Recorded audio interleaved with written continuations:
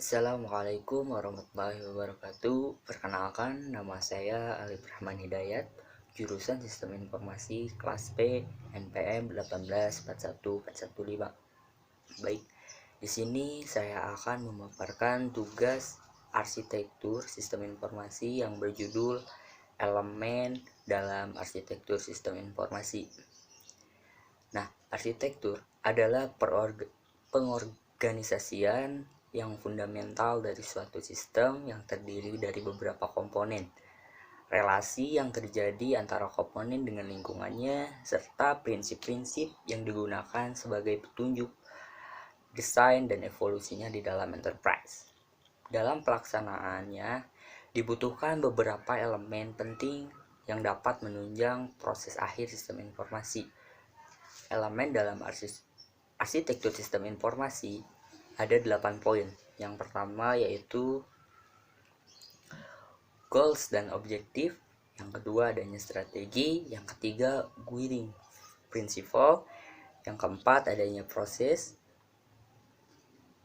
yang kelima adanya metode, yang keenam standar, yang ketujuh tools, yang kedelapan frameworks.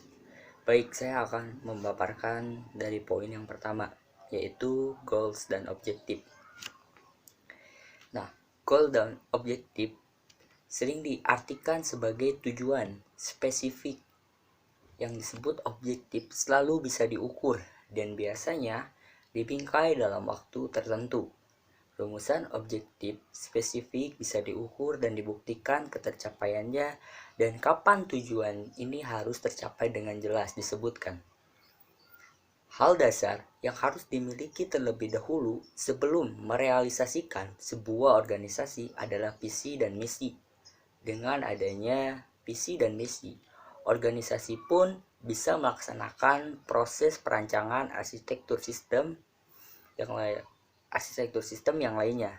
Dengan kata lain, menentukan visi dan misi merupakan langkah awal dalam mewujudkan organisasi.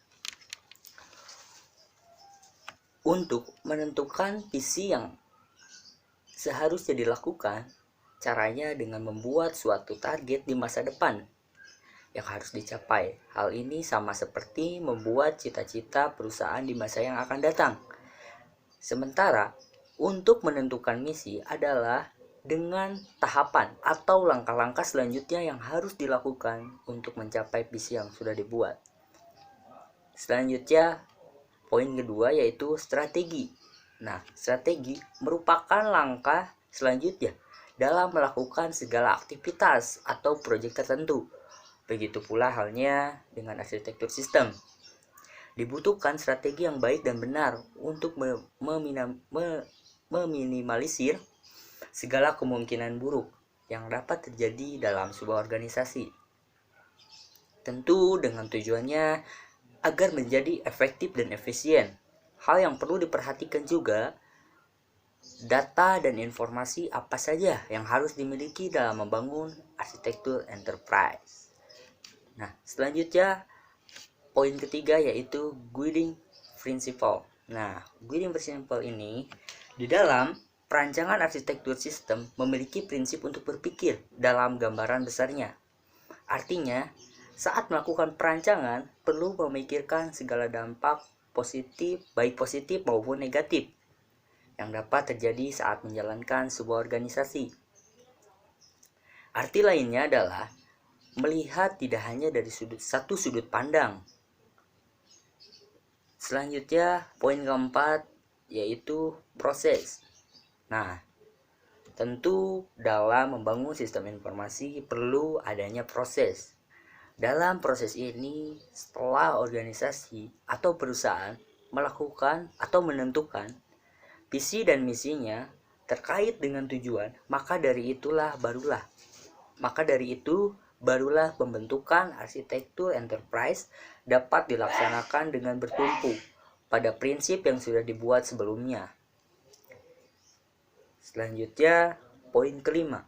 Nah, poin kelima ini ada metode. Metode merupakan sebuah kerangka dalam membangun sebuah enterprise arsitektur yang meliputi pengumpulan data, informasi. Nah, model adalah basis untuk memanage dan menerapkan perubahan di dalam enterprise arsitektur. Spesifikasi yang detail dari aplikasi dan teknologi yang akan dirancang, diinstal dan dibeli atau yang akan diterapkan. Poin selanjutnya adalah standar. Nah, standar di sini adalah salah satu fungsi yang paling penting dari enterprise arsitektur, bahwa ia menyediakan standar teknologi yang terkait di semua tingkat kerangka enterprise arsitektur. Enterprise arsitektur harus menggambar pada standar industri yang bisa diterima di internasional maupun nasional, dan untuk mempromosikan penggunaan solusi komersial atau bisa disebut juga bukan hak kepemilikan dalam komponen enterprise arsitektur, serta lebih mendukung beralih dari komponen bila diperlukan. Nah, standar ini sangat penting dalam merancang arsitektur sistem informasi agar setiap perancangannya memiliki standar-standar yang telah ditentukan. Poin ketujuh. Nah, poin selanjutnya yaitu tools. Tools adalah bagian dari kerangka kerja enterprise arsitektur yang merupakan yang dimaksud untuk mengatur dan mendokumentasikan pandangan saat ini dan masa depan. Dimulai dari jaringan, suara, data, dan video yang digunakan oleh perusahaan. Pada komputer pusat, sistem host, aplikasi, situs web, dan database. Tingkat ini juga mendokumentasikan infrastruktur perusahaan, misalnya bangunan, ruang server, dan peralatan modal. Ada juga jaringan yang terdiri dari local area network dan bisa disebut juga LAN. Ada juga wide area network, bisa disebut juga WAN, dan sistem application network bisa disebut juga SAN. Intranet, extranet, dan jaringan nirkabel semua terorganisir dan didokumentasikan pada tingkat ini, sehingga desain yang efisien dapat diimplementasikan melalui arsitektur masa depan dan mengurangi duplikasi data. Dan untuk meningkatkan efisiensi, biaya, dan kinerja, mempromosikan ketersediaan dan ketahanan hidup. Selanjutnya, poin terakhir yaitu framework.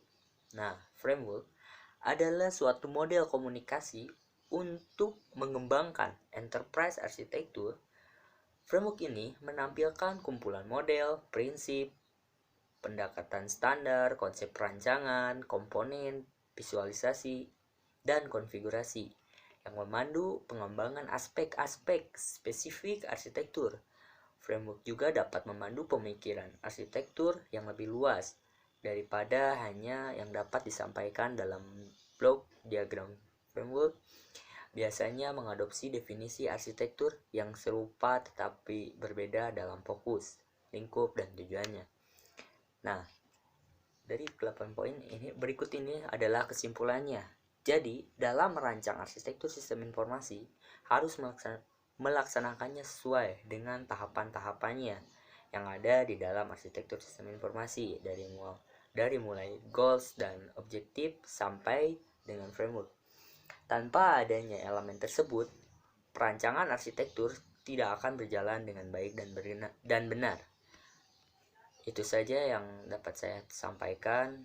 Assalamualaikum warahmatullahi wabarakatuh.